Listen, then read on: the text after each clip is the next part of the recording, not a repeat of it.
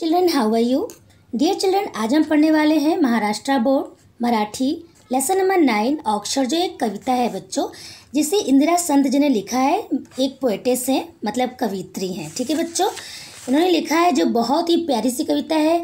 बच्चों, इस कविता में हमें ये मिलेगा कि जब कोई सोल्जर जब भी जाता है वो सीमा पे लड़ाई के लिए, हमारे देश के लिए, तो उस समय मतलब उसकी आरती की जाती है। अक्षर मतलब बच्चों होता है आरती करना। ठीक है, समझ में आ रहा है आप लोग को? अक्षर मतलब क्या होता है? आरती करना। तो जब वो सीमा पे जाता है लड़ाई के लिए, युद्ध के लिए, तो उसकी आरती की जाती है। उस समय कवित्री जो है अपनी भावनाओं को उन्होंने यहाँ पे व्यक्त किया है। अपनी भावनाओं को यहाँ पे उन्होंने ये दिखाया है कि मतलब उनको कैसा फील होता है, कैसा फील हो रहा है, और एक सैनिक क्या क्या फेस करता है और हमें क्या फेस करना पड़ता है, ये सारी चीज़ें हमें इसमें देखने को मिलेगी। ठीक है बच्चों, तो चलो शुरू करते हैं। हाँ, नाही मुठी मध्ये द्रव्य, नाही शिरे मध्ये रक्त, काय करावे कडेना, नाही कष्टाचे सामर्थ्य।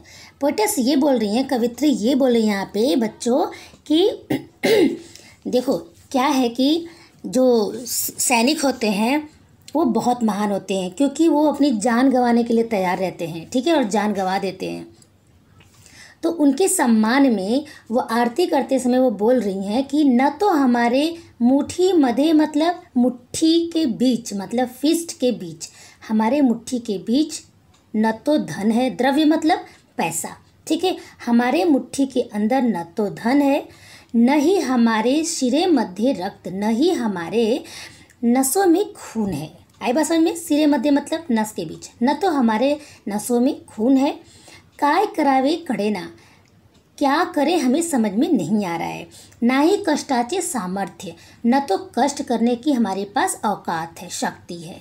ठीक है बच्चों, वो ऐसा क्यों कह रही हैं? वो ऐसा इसलिए कह रही हैं कि जब वो आरती कर रही है ना, तो वो ऐसा बता रही है कि हम तो तुम्हारे आगे कुछ भी नहीं है यार। हम तो मतलब हमारे पास, हम कैसे तुम्हारा मतलब तुम्हारा हम कैसे सम्मान करें, क्या करके, क्या दे के, कैसे हम तुम्हारा सम्मान करें। आई बात समझ में? तो इसलिए कवित्री ऐसा बोल रही हैं एक सैनिक से आरती उतारते समय उसकी। जीव ओवाळावा तरी, जीव किती हा लहान, तुझ्या शौर्या गाथे पुढे त्याची केवढीशी शान। देखो बच्चों, अब यहाँ पर क्या है? जीव ओवाळावा तरी, जीव किती हा लहान, मतलब जी करता है कि मैं तुमको मतलब जी भर के देखूं। ठीक है, जीव किती हा लहान, यहाँ पर इसका मतलब ये है कि मैं कितनी भी आरती कर लूँ। ठीक है, मैं कितनी भी आरती कर लूँ, ये मतलब कम है, तू महान है। जीव किती हा लहान, तुम कितने महान हो, मतलब हम जितनी भी आरती करें ना कम है, और तुम कितनी महान हो। तुम सोल्जर लोग, मतलब सैनिक लोग कितनी महान होते हो। तुझा शौर्य गाथे पुढे, तुम्हारा जो शौर्य की कहानियाँ हैं, तुम्हारे वीरता की कहानियाँ, तुम्हारे बल की जो, तुम्हारे जो ब्रेवरी की जो कहानियाँ हैं, बड़ी महान है। त्याची केवड़ीशी शान, तुम्हारे इस शान के आगे हमारी शान कुछ भी नहीं है। तुम बड़े महान हो, तुम सैनिक लोग बड़े महान होते हो। आई बात समझ में? वर घोंघावे बम्बारा। देखो बच्चों, यहाँ पे क्या है? बम्बारा मतलब जो बमबारी होती है, मतलब बहुत सारे बम फेंके जाते हैं जब भी। घोंघावे मतलब जो उसकी आवाज़ होती है। ठीक है, तो क्या लिखा है? वर घोंघावे बम्बारा पुढे, मतलब तुम बमबारी के बीच रहते हो, मतलब ये सब तुम फेस करते हो। सोचो सैनिक लोग कितना क्या क्या फेस करते हैं, उनको चाहे जब गोली लग सकती है कि नहीं। तो तुम बमबारी के बीच रहते हो, मतलब बम चलता रहता है जहाँ पे हर समय, वहाँ उसके बीच रहते हो। पुढे कल्लोड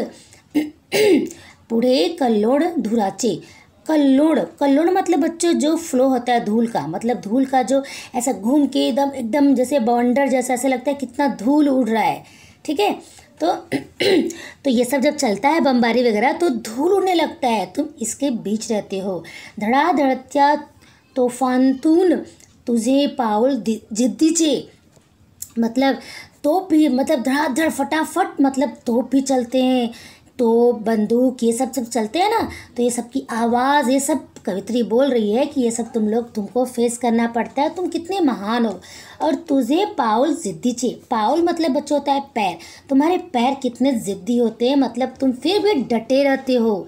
तुम अपने मतलब मकसद में कामयाबी लेने के लिए तुम वहाँ डटे रहते हो, उस दुश्मनों से सामना करते हो। तुम बड़े ही महान हो। इसलिए यहाँ पे कवित्री ने बोला है कि तुम्हारे पैर डटे रहते हैं, तुम बहुत जिद्दी, मतलब पैर डटे रहते हैं। पाऊल मतलब पैर।